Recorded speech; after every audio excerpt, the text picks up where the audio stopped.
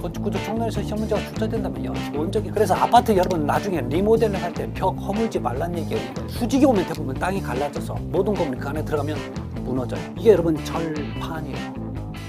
즉 완벽하다는 얘기랑 마찬가지예요. 자, 그래서 여러분 이번 시간은 여기까지 하도록 하겠습니다. 자, 여러분 우리 이번 시간에 우리 두 번째 진동기 다짐입니다. 콘크리트는 기본적으로 붓고 나서 그냥 이것을 있어야 되는 건 아닙니다. 자, 여기서 잘 밀실하게 채우기 위해서 뭔가를 다져줘야 돼요. 자, 그런데 이게 막대가 옛날에는 과거에는 여러분 장대라든지 아니면 좀 대나무라든지 아니면 큰 긴 막대를 이용해서 다져줬어요. 기계는 엄청나게 힘듭니다. 자, 그래서 대부분 이제 기계를 이용하는데 그 기계 이름이 여러분 진동기, 즉 다짐기라고 하는 거죠. 자, 그래서 우리 교재 보면 두 번째 진동기 다짐이 있어요. 진동기 다짐. 그래서 영문으로 이걸 바이브레이터라고 얘기하는데, 자, 기본적으로 나와 있는 조건이 있어요. 자, 첫 번째 보면 진동기는 거푸집 철근에 직접 맞닿으면 안 돼요. 자, 그래서 진동기는 거푸집이라든지 또는 철근에 직접 닿으면 안 돼요. 두 번째 조건이 있습니다. 두 번째 조건은 무슨 얘기냐면 콘크리트 타직에는 내부 진동기의 사용을 원칙. 내부 진동기 사용이 이게 원칙이에요. 그러면 내부 진동기는 여러분 기본적으로 우리 잠깐 옆에 페이지 보시면 여러분 진동기 있죠. 그래서 여기가 모터가 있는데 저 끝이 막 떨어요. 자, 그래서 그것을 집어넣는단 말이에요.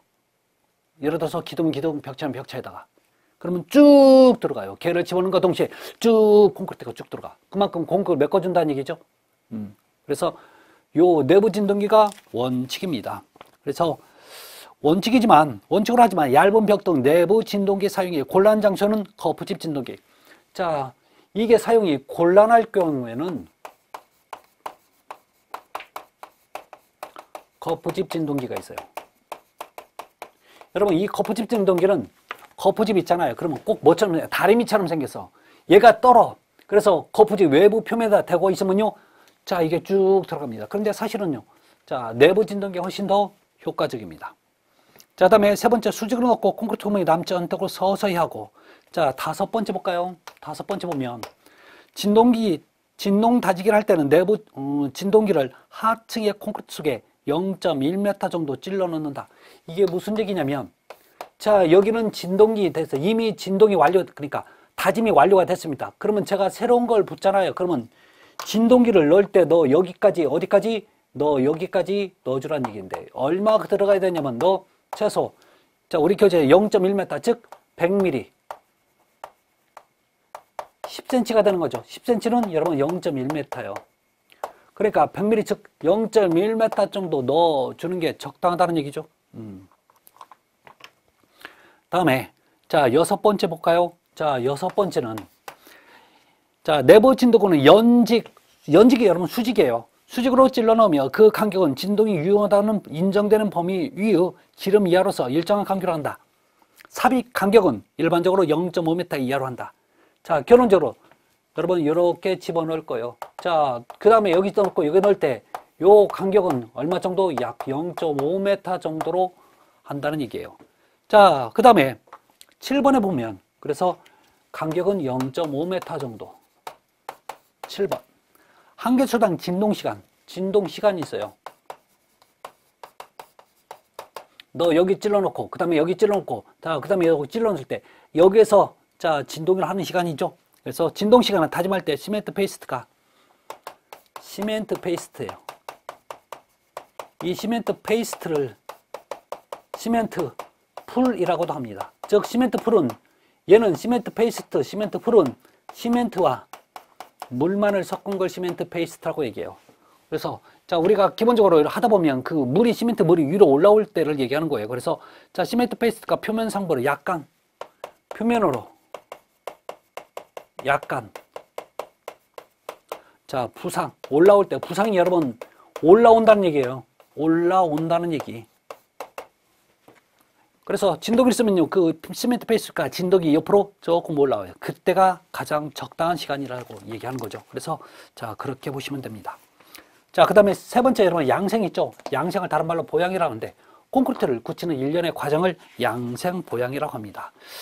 자, 그 다음에 봐야 될 게 여러분 우리는 이제 7번의 특수 콘크리트예요.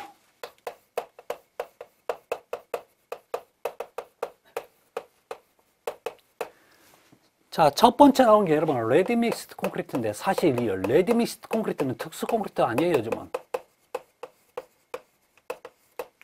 그래서 여러분 이 레디 믹스드 콘크리트 여러분 흔히 뭐라고요? 레미콘이라고 하는 거죠. 레미콘이라고 하는 게 여러분 레디 믹스드 콘크리트입니다. 자, 그래서 뭐 레디 믹스드 콘크리트 이 종류를 보면 기본적으로 자, 세 가지가 있어요. 센트럴 믹스드 콘크리트,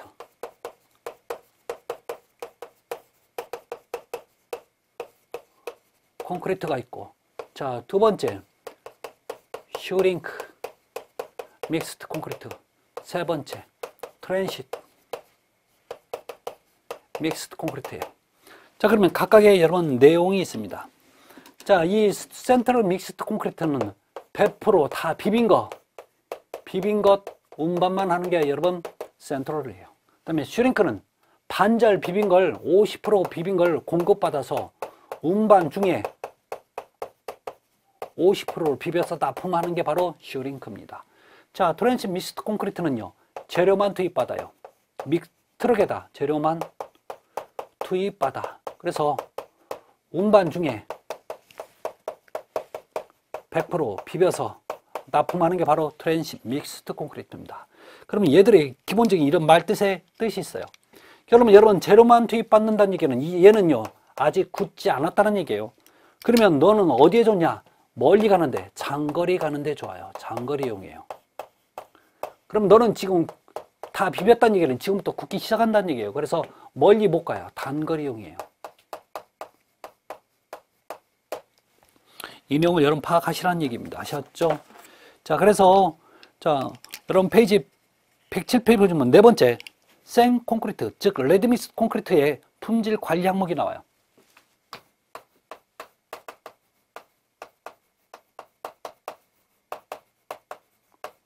품질 관리 항목. 이게 무슨 얘기냐면 여러분 굳지 않는 콘크리트에 자, 그냥 갖다 부으면 안 돼요. 이거 규정이 있습니다. 그래서 너 이 규정에 맞춰줘라는 얘기예요. 처음에 나오는 게 여러분 지금 뭐가 있냐면 슬럼프 값입니다. 자, 그래서 슬럼프 값이죠. 자, 여기서 여러분 꼭 봐야 될 게 기본적으로 우리가 80에서 보통 180짜리가 많이 쓰여요. 이때 허용 오차는요. 자, 플러스 마이너스 25mm 이내가 되어야 돼요. 아셨죠? 네. 두 번째, 공기량입니다.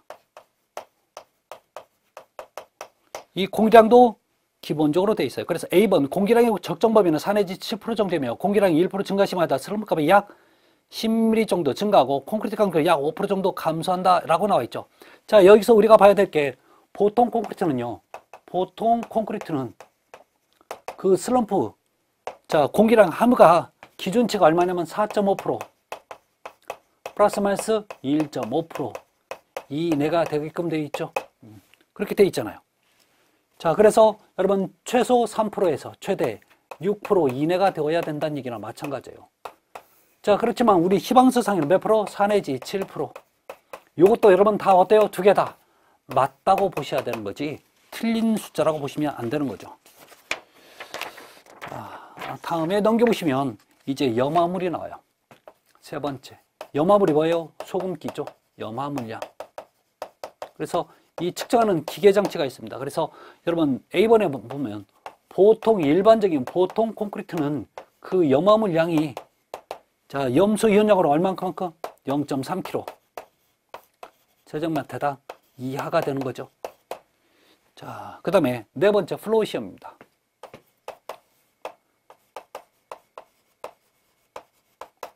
자, 이 플로우 시험은 보통 콘크리트가 아니라 고강도 콘크리트에 사용돼요. 고강도 콘크리트일 때 사용되는 게 여러분 바로 플로우 시험입니다. 그래서 거기서 보시면 전 설계 기준 강도가 40에서 60메가파스칼 초고강도 콘크리트에서는 대부분 이 시험을 한다라고 되어 있죠. 그래서 자, 이 내용을 여러분 확인 좀 하셔야 됩니다. 자, 다음에 나오는 게 여러분 두 번째 경량 콘크리트예요.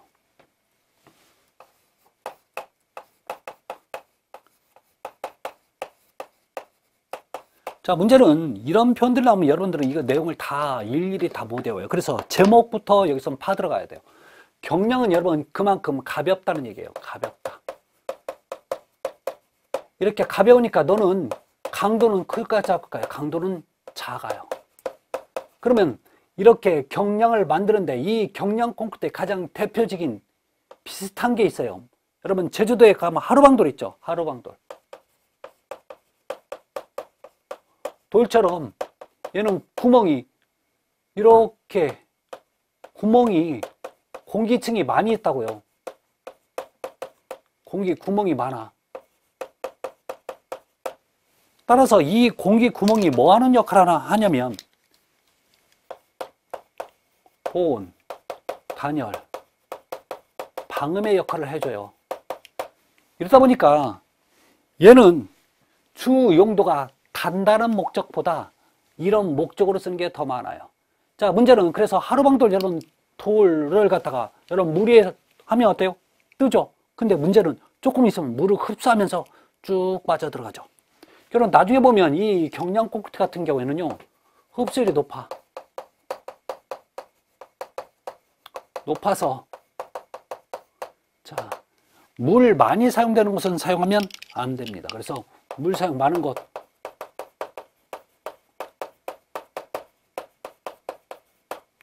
사용을 자제해야 돼요.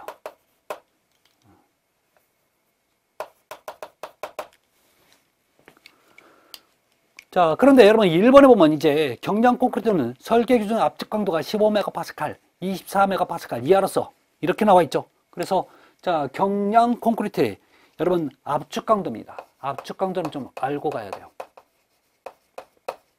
압축 강도 자, 기본적으로 15MPa 이 이상에서부터 어디까지요? 24MPa 이하가 여러분 경량 콘크리트의 기준 압축 강도가 되는 겁니다. 자, 다음에 자, 두 번째 보면 슬럼프 값이 있죠. 슬럼프 값은 얼마? 180mm 이하라고 나와요. 세 번째 자, 세 번째는 큰 의미는 없고요. 여섯 번째 볼까요? 여섯 번째 경량골재 콘크리트는 공기연행 콘크리트를 하는 것이 원칙이다. 그래서 공기연행제를 사용하라는 얘기예요. 대표적인 공기연행제가 뭐 있어요? AE제가 되는 거죠. 공기방울 만드는 화학약품. 자, 다음에 7번에 보면 자, 콘크리트의 수밀성을 기준으로 물심 결합제비를 정할 경우에는 50% 이하를 표준한다. 수밀성을 원할 때 라는 조건이 들어있죠. 그래서 자, 이렇게 보시면 됩니다. 자, 그런데 여러분 11번에 보면 이런 얘기가 하나 있어요. 11번에 자, 표준 비비믹서는 믹서에 재료를 전부 투입한 후 강제식 믹서. 자, 강제식 믹서입니다. 강제식 믹서는 얼마가 되냐면 1분 이상 비비고 또 하나가 나와요. 가경식. 자, 믹서일 때는 2분 이상. 이게 무슨 얘기냐면 여러분 믹서가 이렇게 둥그래 가지고 이렇게 서 있으면 이렇게 수직으로 서 있으면 강제식이에요. 근데 가경식은 경사를 가해줬다는 얘기예요. 경사가 있다는 얘기예요. 그래서 여러분 믹서 보면요 어떤 믹서는 이렇게 경사가 있어 갖고 이렇게 돌아있는 상태에서 들어있죠. 경사도가 져 있다고. 대부분 여러분 레미콘도 이렇게 어때요? 가경식 믹서라고 보시면 돼요. 자, 그런데 얘는요 이 가경식 믹서는 이 경사가 져 있으면서 또 이것을 또 돌려서 이렇게 쏟을 수 있어요. 이게 바로 가경식 믹서입니다. 그래서 이건 최소 2분 이상은 비벼줘라 라는 얘기가 나옵니다. 자, 세 번째 중량 콘크리트예요. 자, 이 중량 콘크리트 같은 경우에는 기본적으로 무거운 콘크리트인데 다른 거 없어요. 여러분 거기 보시면요 자, 방사선을 차단할 목적이죠. 차단용으로 쓰는 게 바로 중량 콘크리트. 그래서 거기 보시면 여러분 이런 얘기 나옵니다. 두 번째, 콘크리트 슬럼프는 작업에 알맞는 범위 내에서 가능한 적응값이 하며 일반적인 경우 그 슬럼프 값은 150mm 이하로 하라고 나오죠. 그래서 이 정도 확인하시면 좋을 것 같아요.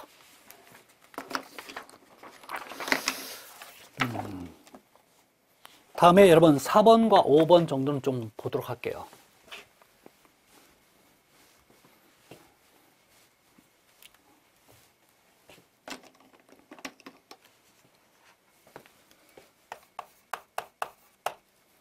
자, 네 번째, 한중 콘크리트예요.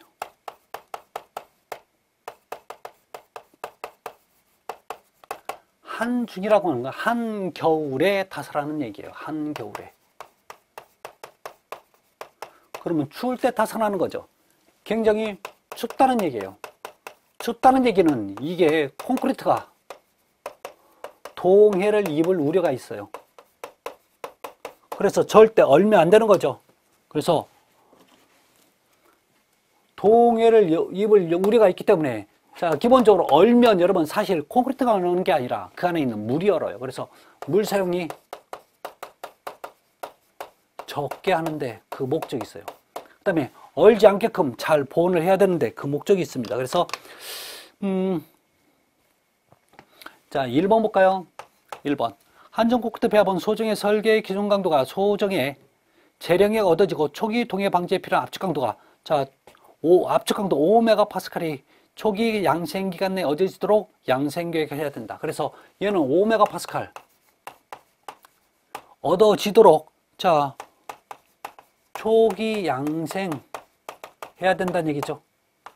두 번째. 자, 물 시멘트비 나오는데 여러분 물 시멘트비는 약자로 쓸게요. 자, 물 시멘트비는 여러분 몇 프로요? 60% 이하로 하게끔 되어 있습니다. 자, 그래서 여러분 물을 또 적게 쓰려면 질기를 유지해야 되니까 A제, A 감수제 이런 걸 쓰자는 얘기죠. 다음에 자, 쭉 보면 되는데 여러분 5번에 보면 이런 얘기가 있어요. 5번에 재료를 가열한 경우 물을 가열한 것이 원칙이다. 그래서 물 가열이 원칙이에요. 이게 원칙으로 되어 있습니다.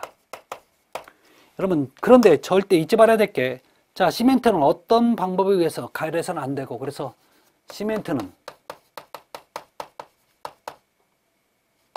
가열을 금지합니다. 절대 하면 안 돼요. 그래서 이렇게 나와 있죠. 그래서 안 되고 골재는 직접 불꽃에 대어 가려서는 안 된다. 또 하나 골재는 직접 불꽃 접촉 금지죠. 깨져버려요. 자, 그래서 여섯 번째 콘크리트 타설 온도는 5도씨 이상 20도씨 이하가 가장 좋죠. 그래서 자, 5도씨 이상에서 20도씨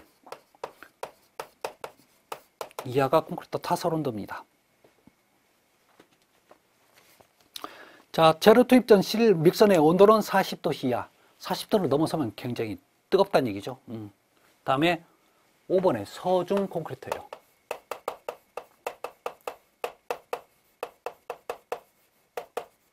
서자가 여러분 지금 더울 서자예요. 한여름에 타설한다는 얘기죠. 그러면 여름에는 여러분 그만큼 덥다는 얘기죠. 더우면 빨리 굳어요. 문제는 빨리 굳으면서 강도는 나올지 몰라도 여러분 뭐가 문제냐면 균열이 많이 간다고요. 그럼 우리가 원하는 건 균열을 어때요? 그러니까 이 균열을 적게 하는 여러 가지 방법들에 대해서 얘기를 하자는 얘기죠. 그럴 겁니다. 자, 그래서 여러분 서중 콘크리트. 자, 얘가 시험 문제 한 번 나왔던 게 이 서중이라는 말 뜻은 최소 25도씨 이상을 기준으로 한다는 얘기가 지금 1번에 나와 있는 거죠. 자, 그래서 고온의 시멘트는 사용하지 않고 물 및 골재는 되도록 낮은 온도에 것 좋다. 그래서 온도를 낮춰야 된다. 온도 낮추자.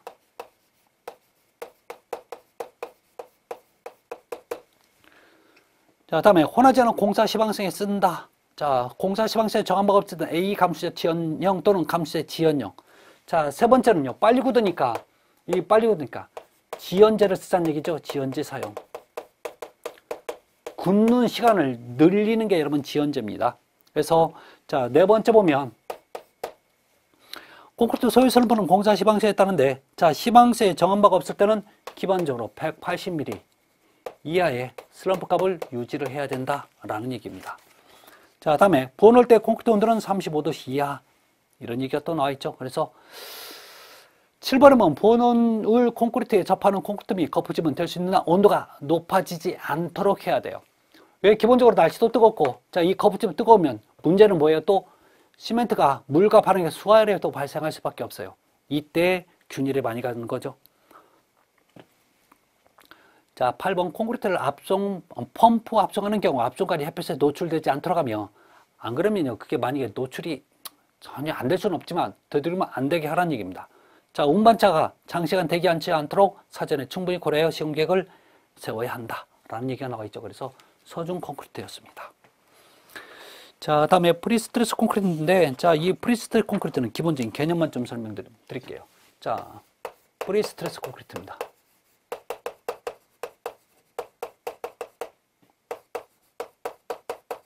그래서 미리 스트레스를 준 콘크리트인데, 얘는 지금 뭘 쓰냐면 미리 스트레스를 주기 위해서 피아노 노선을 사용합니다. 그래서 피아노 노선을 인장을 가해요.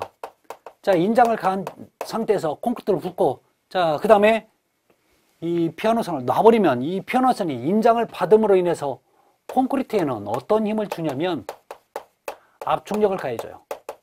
그래서 이 압축력으로 버티는 게 바로 프리스트레스 콘크리트가 되는 거죠. 자, 그래서 이 프리스트레스 콘크리트의 전반적인 특징입니다. 이 프리스트레스 콘크리트는요, 자, 고강도 콘크리트가 만들어져요. 고강도 콘크리트입니다. 그 다음에 두 번째, 일반 콘크리트에 비해서 얘는 균열 발생이 적어요.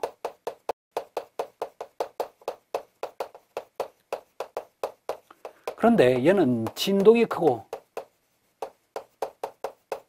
보건력은 좋아요. 그런데 결정적으로 얘가 문제점이 하나가 있습니다. 화재, 열에 약해요.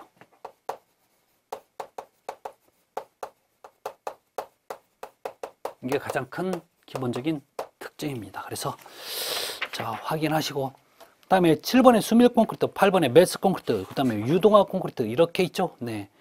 자, 그래서 자, 저는요 어디에 놓는가 하냐면, 자, 11번에 고강도 콘크리트가 있습니다. 고강도 콘크리트에 대해서 얘기 좀 하도록 할게요.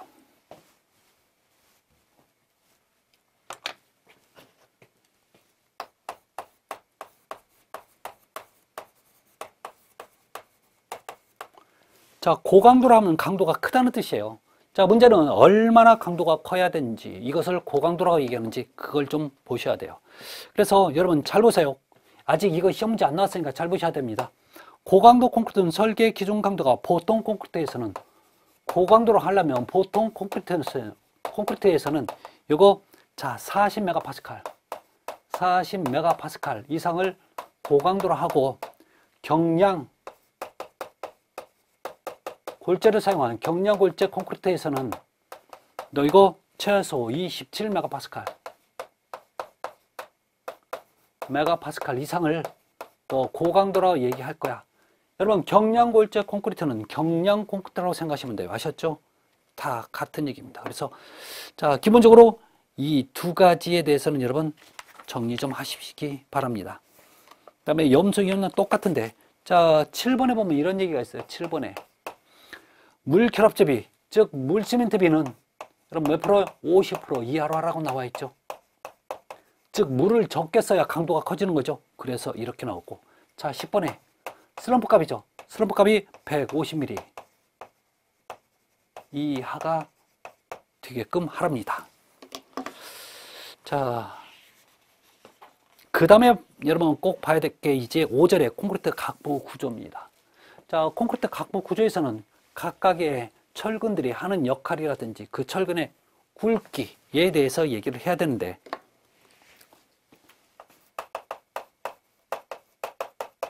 제5절 철근 콘크리트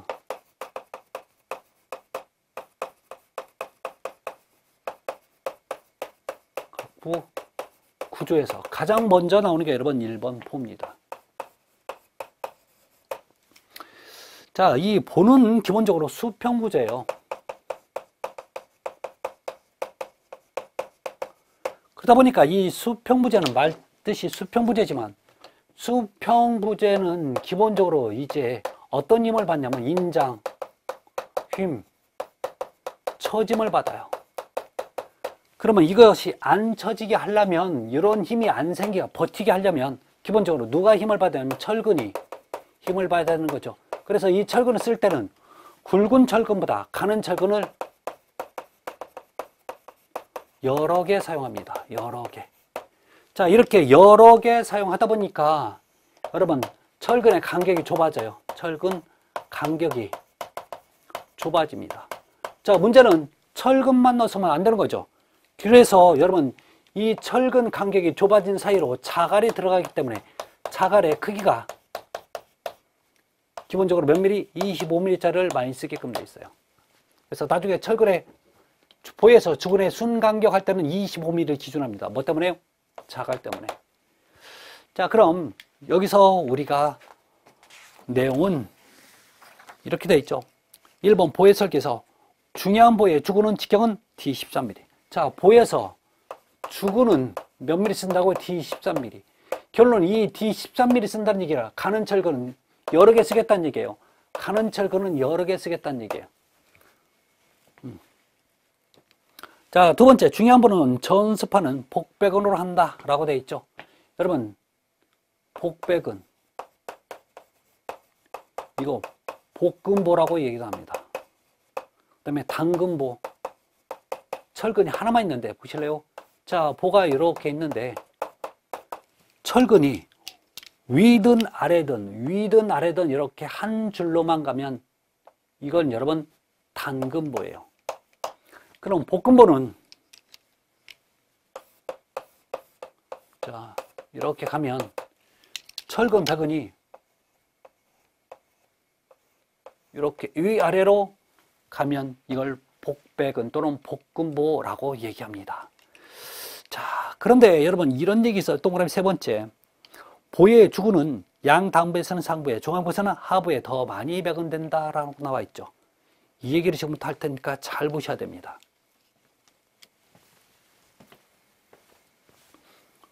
보에서 철근이 하는 역할이 굉장히 중요한데요. 자, 보에서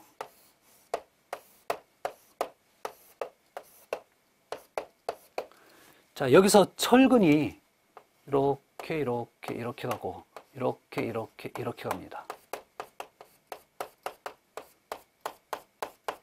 그래서 이것을 요 철근 여러분 축은 그다음에 똑같은 표현이 축방향 철근이에요.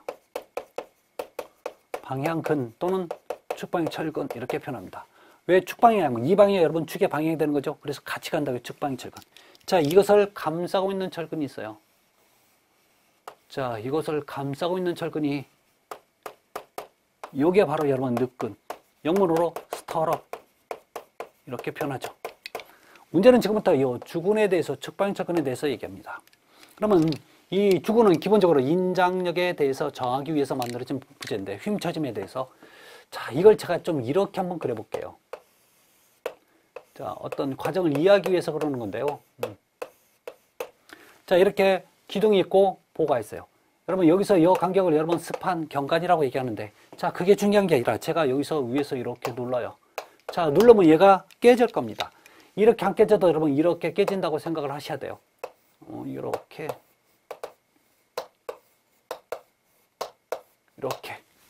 자, 그러면 잘 보실래요? 여러분 여기서는 벌어졌으니까 이것은 인장력이 작용했고 여기도 인장력. 그렇지만 여 위는 지금 압축이에요. 여기도 압축이고 자, 그 다음에 여기 벌어졌죠? 인장력. 여 위에는 압축. 그러면 사실은 이렇게 가기 때문에 여 위에가 압축이고 여 밑에가 미안해요. 여기는 인장이고 여기는 압축이 돼요. 자, 그 다음에 이렇게 되기 때문에 여 위에도 인장, 여기는 압축이 되는 거죠. 문제는 야, 너 철근 한 가닥만 집어넣어봐 하라면 무조건 인장만 들어가면 돼. 어디요? 이쪽에 들어가야 되고 여기에 들어가고 여 위에 들어가고 그렇죠. 얘도 말은 아니지만 위에 들어가야 되는 거죠. 근데 철근은 이렇게 굽어갈 수 있어요. 이렇게 굽어갑니다. 결론 철근 넣으라면 이렇게 넣으면 돼요. 어디만 찾아 들어가세요? 인장만. 그런데 우리는 이렇게 여러 개가 있는 보가 필요 없고요. 하나만 있어도 상관없어요. 그래서 이걸 단순보, 당근보라고 하는데 단순보입니다. 당근보가 아니라 단순보. 자, 이거 이렇게만 보시면 돼요. 자, 그러면 이것을 제가 보에 대해서 응용을 해서 그립니다.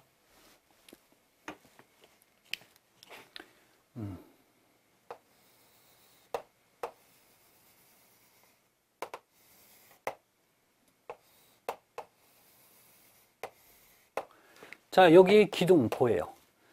여러분, 여기서 기둥 안쪽에서 다음 기둥 안쪽까지 이 거리를 경간 또는 간 사이 또는 스판이라는 표현을 써요. 자, 여기서 제가 몇 등분 하냐면 4등분 할 겁니다. 이렇게 4등분. 자, 4등분해서 자, 여기서 여기 여러분 2분의 1이 되는 거죠. 이걸 중앙부라고 얘기하고, 자, 여기 단부라고 얘기를 합니다. 그 다음에 이 볼을 중앙으로 중심을 나눠. 그래서 자, 여기서 여기를 요 부분을 우리가 상부 또는 상단, 요 부분을 하부라고 얘기해요. 그러면 이 빨간색 철근은 이쪽에 대입시키면 돼요. 자, 그래서 가운데 부분 여러분 철근이 요 밑에 오는 게 좋겠네요. 그 다음에 단부는 요 위에 오는 게 좋겠죠. 그래서 정착은 여러분 기둥이 해야 되는 거죠. 여기도 이렇게 오면 돼요. 자, 이 철근들을 이렇게 어때요? 굽히면 되는 거죠. 문제는 이 철근의 이름이 여러분 주군 아니에요. 이 철근의 이름이 자, 굽힘 철근이에요. 굽혔다고 해서 굽힘 철근 또는 굽힘 철근 상관없어요. 그래서 영문도 밴드, 업, 바 또는 벤트바 이렇게 표현이 돼요. 같은 얘기입니다. 자, 이 철근은 주군의 인장력을 보강하는 역할을 하는 거지 다른 역할을 쓰는 거 아니에요. 자, 문제는 여러분 이 주군들은 보실래요? 이 주군들은 아무 생각 없이 위아래로 지나가요. 그러면 얘는 무조건 단부에서는 위로 올라가고 중앙부에서 하부로 가기 때문에 거기에 인장이 있기 때문에 찾아 들어가는 거예요. 자, 그러면 뭐가 문제냐면 이제 보에서 이런 얘기가 납니다. 야, 너 주군의 백은의 위치가 그걸 물어봐요. 백은의 위치를 물어본다는 얘기는 어느 곳에 더 많이 들어갔는지 그걸 물어보는 겁니다. 그래서 너 단보일 때는 어디에 들어가고 중앙보일 때는 어디가 더 많이 들어가는지 그걸 물어봐요. 자, 두 번째는 야, 주군도 보가 길면 이어가야 될 거 아닙니까? 자, 이음의 위치를 물어봅니다.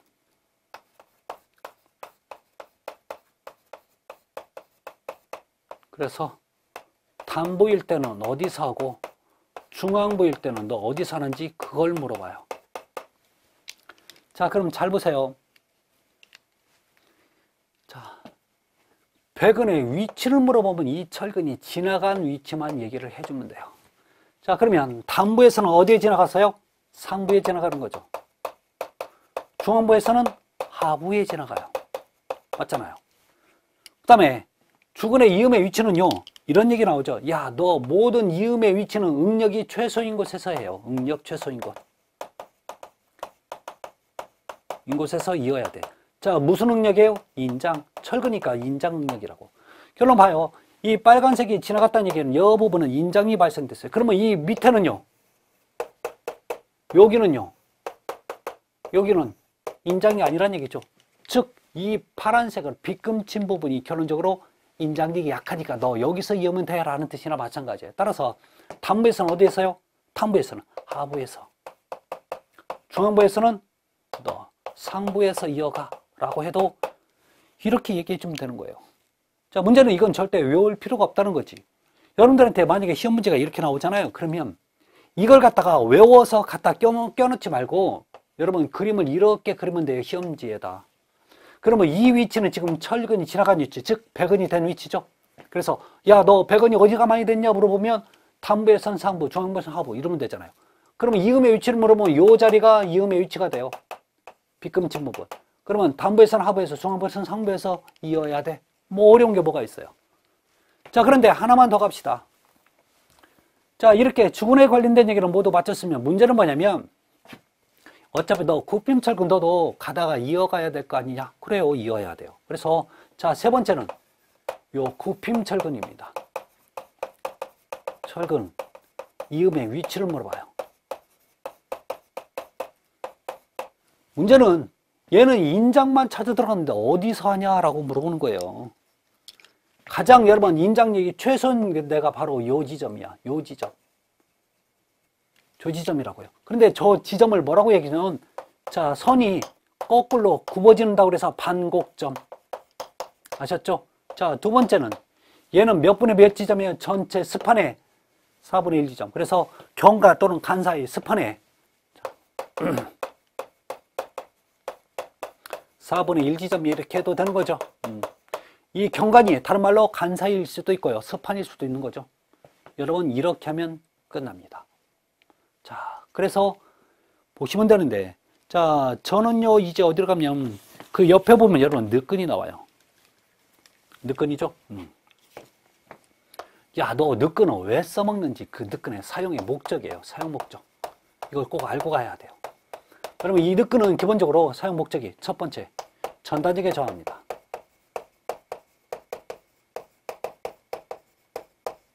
전단력에 저항하고 자, 두 번째는 사인장균열 방지하거나 또는 억제하거나 이런 표현이 나와요. 아셨죠? 그러면 도대체 전단력에 왜 저항하는지 볼까요? 여러분 지금 전단력은 부재우축의 직각으로 작용되는 힘이에요. 이걸 제가 이렇게 한번 그려볼게요. 자, 이렇게 있어요. 그러면 주근들이 지금 어느 쪽으로 지나가면 주근들이 이렇게 지나가. 이게 주근이야. 그러면 이 늦근은 이런 식으로 지나갑니다. 맞죠? 그러면 전단 방향 어떻게 오냐면 이렇게 와. 그러면 제가 가위로 자르는 힘하고 똑같아요. 따라서 이렇게 오다 보니까 여러분 주근이 이렇게 오니까 가위질을 제가 이렇게 하면 어때요? 잘려버리는 거죠. 그래서 주근은 전단력이 못 버텨. 근데 늦근은 이렇게 세워져 있다 보니까 가위질로 여러분 이렇게 자를 수 없는 거죠. 이거 못 자르잖아 이렇게. 그럼 어떻게 해요? 얘는 이렇게 잘라야 잘리잖아요. 이 방향 여러분 전단 방향이 아니라 축 방향이 되는 거예요. 따라서 전단력에 저항하는 것은 뭐예요? 늦근이에요. 스트롭. 또 하나 균열이 가면 꼭 중앙에서 단부 쪽으로 이렇게 가는 균열들이 있어요. 중앙부에서 단부 쪽으로 하는 이런 균열들. 이런 균열들을 여러분 사인장 균열이라고 얘기합니다. 사선으로 벌어져서 간다고 해서 사인장 균열이에요. 문제는 이 균열을요 주근은 거의 같은 방향이기 때문에 막지를 못해요. 그럼 못 가게 막아서는 게 뭐 있어요? 늦근이잖아. 여러분 그래서 꼭 잘 보세요. 야, 늦근의 진짜 사용 목적이 뭐냐고 물어보면 둘 중에 하나 아니면 같이 써먹을 수 있죠.